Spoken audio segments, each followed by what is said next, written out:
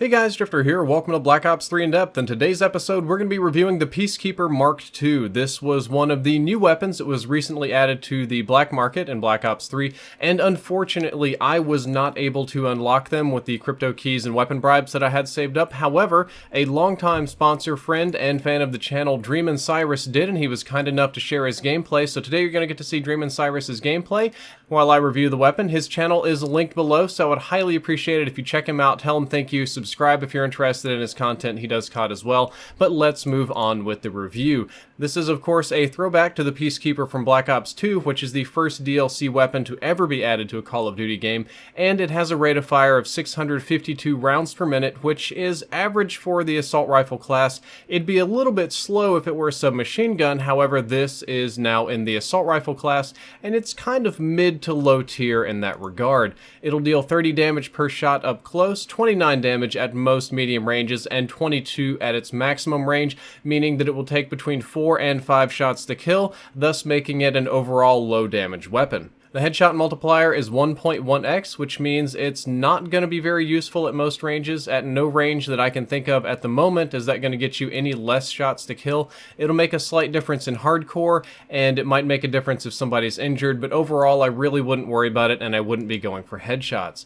The 4-shot kill range, however, is excellent at 51 meters, which is the same as the HVK-30, the same as the FFAR. 51 meter 4-shot kill range is astounding, and that's really a longer range than many of you are going to be able to accurately land 4 shots, so if I were you, I would expect mostly 4-shot kills out of the Peacekeeper MK2, unless of course you're running a silencer, which will decrease the range. Time to kill, unfortunately, is going to be a bit on the slow side for this weapon, but it can be mitigated through the good accuracy, because we're going to be talking about the recoil properties later. But low damage combined with the medium rate of fire means that this is not a very fast time to kill weapon, but that doesn't mean it's a bad weapon. It's actually got a couple of unusual ways to alter that and kind of increase, or so we'll say decrease, your base time to kill that we'll be getting into a little bit later on. Reload speed is standard for assault rifles. The reload speed is 2.03 seconds, which is again standard, nothing really special or noteworthy there. What is special or noteworthy is the aim down sights time. It has the fastest aim down sights time for the entire assault rifle class at 225 milliseconds. I believe this goes back to its sort of transitional role being a middle range AR kind of SMG hybrid. So you can ADS faster than any of the other assault rifles, and that will of course decrease your time to kill in most engagements. Not only that, but it also has the fastest sprint out time of any assault rifle at 200 milliseconds. Matter of fact, that's the sprint out time for most assault rifles even when they're running gung-ho, and that will again decrease your time to kill in the majority of engagements, because most people sprint around the map and then snap aim to ADS. So it's got the fastest ADS time and the fastest sprint out time, which gives it an overall excellent feel and excellent handling properties, and it's going to allow you to snap aim and react very quickly and allow you to get your shots in first. Now that's not going to change the base time to kill, the mathematical damage and RPM and that kind of stuff, but it does allow you to react faster, and it gives you the opportunity to put a first shot in, which can cause them to flinch and miss, and it can give you a decent advantage. The recoil is low or very low. Unfortunately, I have not had the opportunity to play with this weapon because I didn't unlock it, but Dreamin' Cyrus and almost all of my friends that do have it tell me that it's very low like the original Peacekeeper, very easy to use, and foregrip is generally not needed. Iron sights are about the same as the original, which is good enough, and they work for most people, so you don't need a dot sight unless you're just really not feeling them. And interestingly enough, it has slightly better hip fire than most assault rifles. It's in a kind of weird zone where the hip fire, I would say overall, is not quite as good as the HVK-30 hip fire. However, it has excellent sliding hip fire. For some reason, the hip fire that you get when sliding on the ground is significantly tighter than other assault rifles, so sliding and hip firing will work a little bit better here. Not a bad candidate for a laser sight, but probably not going to be necessary on this gun the way most people will use it.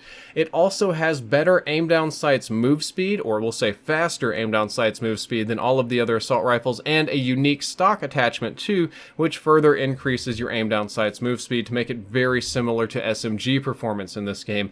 Again, this ties into its hybrid or transitional roll, and that you can sidestep much faster with this assault rifle SMG hybrid than you can with other regular base assault rifles, which is going to make it feel very good. And for those of you that like to do the left stick aiming, I know I do, that's going to make it much easier for you to aim as well. Those are all the important mathematical statistics. We're going to get into a little bit of opinion here. As far as I can tell from looking at this weapon and talking to my friends and stuff, it's kind of like a better handling but slower firing HVK-30. It is an assault rifle SMG hybrid, but they decided to give it better handling and less recoil in exchange for less overall time to kill. So it's kind of like the HVK-30. If you guys had issues with my HVK-30 rushing class, if you thought the recoil was too high, you could probably swap over to the Peacekeeper and have an even better time. It's definitely lending itself to a more run and gun type of playstyle, despite being an AR and despite having somewhat low damage. The original Peacekeeper was more of a poke at a distance type weapon in Black Ops 2 because it couldn't compete with the raw time to kill of the other weapons up close, but this one definitely seems geared toward running and gunning. Like if you want to do a run and gun assault rifle, I'm definitely going to recommend the Peacekeeper because you've got faster strafing, faster aim down sights, faster sprint and in and out time, very low recoil. It's going to be an excellent handling and excellent feeling assault rifle for you guys to use. As for what I think it's best with, it's going to be best with like some old school Black Ops 1 attachments. We're going to go quick draw, stock, and fast mags. We want to be able to aim down sights even faster, we want to be able to sidestep even faster, and we want to be able to reload even faster to stay in combat for as long as humanly possible. With this, you are going to be an incredibly fast reacting, incredibly fast strafing, and incredibly fast reloading slaying machine. You will need to be a little bit careful because you got to remember that your raw time to kill isn't that awesome, but your handling will be. This will be a lean, mean handling machine. There are some other things you could put on it. Extended mag is fine. If you hate the iron sights, optics will do fine, and it's a decent candidate for laser sight as well. But I think this old school stock quick draw fast mags will go a very long way for most of you. Guys, that's all for this episode of In Depth. I hope that you enjoyed it, and I hope you learned something useful. If you did, don't forget to like, favorite, and subscribe. The previous episode was on the Vesper buff and VMP nerf, and the next one is going to be on the R70 Ajax. Drifter out.